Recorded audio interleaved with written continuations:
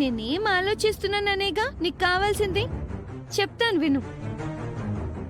నువ్వు దత్తత ద్వారా మా ఇంట్లోకి రావడం నాకస్సలు నచ్చడం లేదు.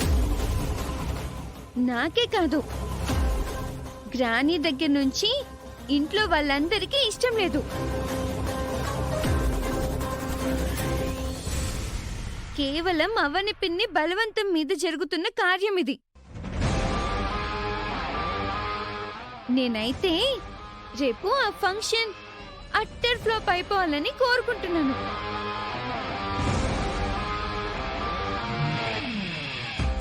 చూడు శౌర్య, రేపు అవని మేడం వాళ్ళు నన్ను దత్తత తీసుకున్న తర్వాత వారు నాకు తల్లిదండ్రులవుతారు. ఈ ఇంటితో సంబంధం ఉన్నదాన్ని అవుతాను. అప్పుడు నువ్వు నన్ను గౌరవించకపోయినా పర్వాలేదు. బయట వాళ్ళ ముందు అనాథ అనాథ అంటూ హేళన చేయకూడదు. నేను నిన్ను చెల్లి అని పిలుస్తాను, నువ్వు నన్ను అక్క అని పిలవాలి. నేను పిలవను. పిలవాలి. పిలవనని అంటున్నాను కదా. ఎలాగైనా సరే నీతో పిలిపించుకుంటాను. ఇంతకు ముందు నువ్వింట్లో వాళ్ళందరినీ పేర్లతో పిలిచేదానివి. తరువాత అందరినీ బంధుత్వంతో పిలుస్తున్నావు.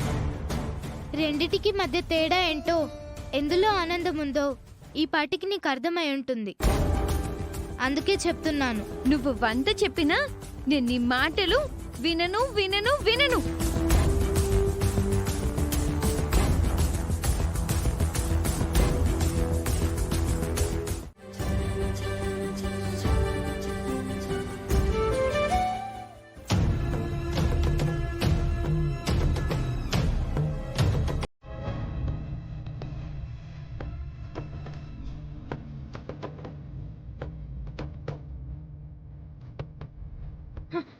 ఆ అవనికి పుట్టిన అక్షయ్ని మనం ఇంటి నుంచి బయటికి ఎంటేద్దామని అనుకుంటుంటే అది మరింత దగ్గర అయిపోతుంది.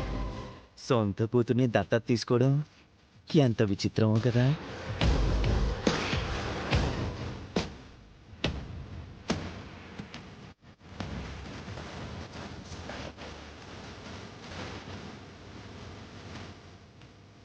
ఏమైంది బంగారం, మూతి సొట్టాలు పడ్డ చొంబులా పెట్టు. అదేమంటుందో తెలుసా? ఎవరు? ఇంకెవరు? అక్షయ్ అయి ఉంటుంది. ఏమంటుంది?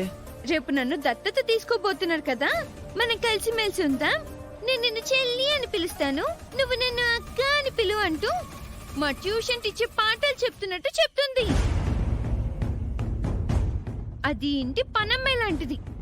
దాన్ని నేనెందుకు అక్క అని పిలుస్తాను? నువ్వు మమ్మల్ని అమ్మా నాన్న అని పిలవడం లేదు, దాన్ని అలా ఎందుకు పిలుస్తావు? అది అసలు జరగదని మాకు తెలుసు కదా. ఇప్పటి వరకు నేను దాంతో ఆటలాడుకున్నాను. రేపు దత్తత అయ్యి అది ఇంటికి వచ్చిందంటే రివర్స్ లో నాతో ఆడుకుంటుంది, రెచ్చిపోతుంది. దత్తత జరగకుండా ఆపలేమనిహా. దత్తత జరగడం మాకు ఇష్టం లేదు కానీ భరించక తప్పడం లేదు. దత్తత కార్యం అట్టర్ ఫ్లాప్ అయ్యేలా ప్రయత్నం చేస్తాను. ఏం చేద్దాం అనుకుంటున్నా? ఏం చేస్తానంటే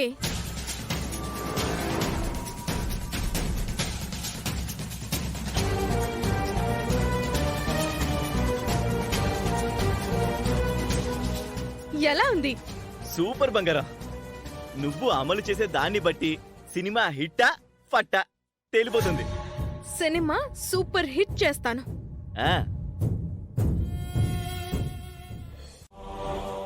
ఆ దత్తత స్వీకరణ కార్యక్రమం అట్టర్ ఫ్లాప్ చేయాలనుకున్నాం కదా. అవును.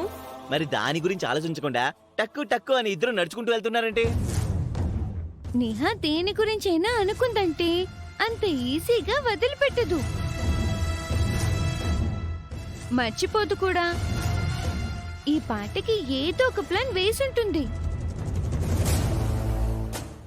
అవునా బంగారం, నువ్వు ప్రీ ప్లాన్డ్ గానే ఉన్నావా? నా గురించి సర్వం తెలిసిన వాడివి నువ్వు. శౌర్యకున్నంత షార్ప్నెస్ కూడా నీకు లేకుండా పోయింది. అంటే మనం అనుకున్నవేవి సక్సెస్ కాకపోయేసరికి ఈ మధ్య నా బ్రెయిన్ కొంచెం మందగించిందిలే. ఇంతకీ ఏం ప్లాన్ చేశావు? ఉండు.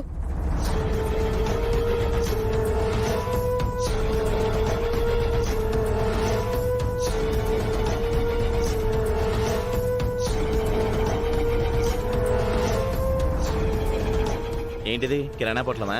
కాదు, పౌడర్. ఆ, మనం రాసుకోవడానికా? ఆల్రెడీ నేను రాసుకొచ్చాను. కాదు, అక్షయ్ మీద, అవని శ్రీకర్ల మీద ప్రయోగించడానికి. ఏముంది నేహా ఇందులో?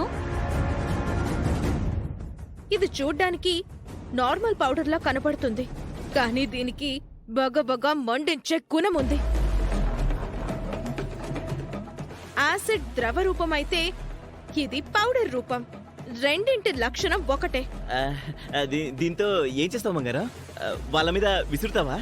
కాదు, పంతులు గారు అక్షయ్ను దత్తతిచ్చే సమయంలో వాళ్ళ చేతుల్లో నీరు పోస్తారు, పాలు పోస్తారు. అందులో ముందుగా మనం ఈ పౌడర్ని కలుపుతాం. పంతులు గారు వాళ్ళ చేతుల మీద నీరు పాలు పోసినప్పుడు 2-3 క్షణాలు బావుంటారు. ఆ తరువాత అమ్మా మంట, అయ్యో మంట, దేవుడా మంట అని ఆర్తనాదాలు పెడతారు. దాంతో కార్యక్రమం డిస్టర్బ్ అవుతుంది, సగంలో ఆగిపోతుంది. సూపర్, నువ్వు సూపర్ బంగారం. అదిరిపోయింది ఐడియా. అయితే ఎవరు చూడకుండా తెలివిగా నేను కలుపుతాను. ఆ, ఏ దరిద్రపు పనులైనా చేయడంలో నువ్వు మాకంటే స్పీడ్లే. థ్యాంక్స్.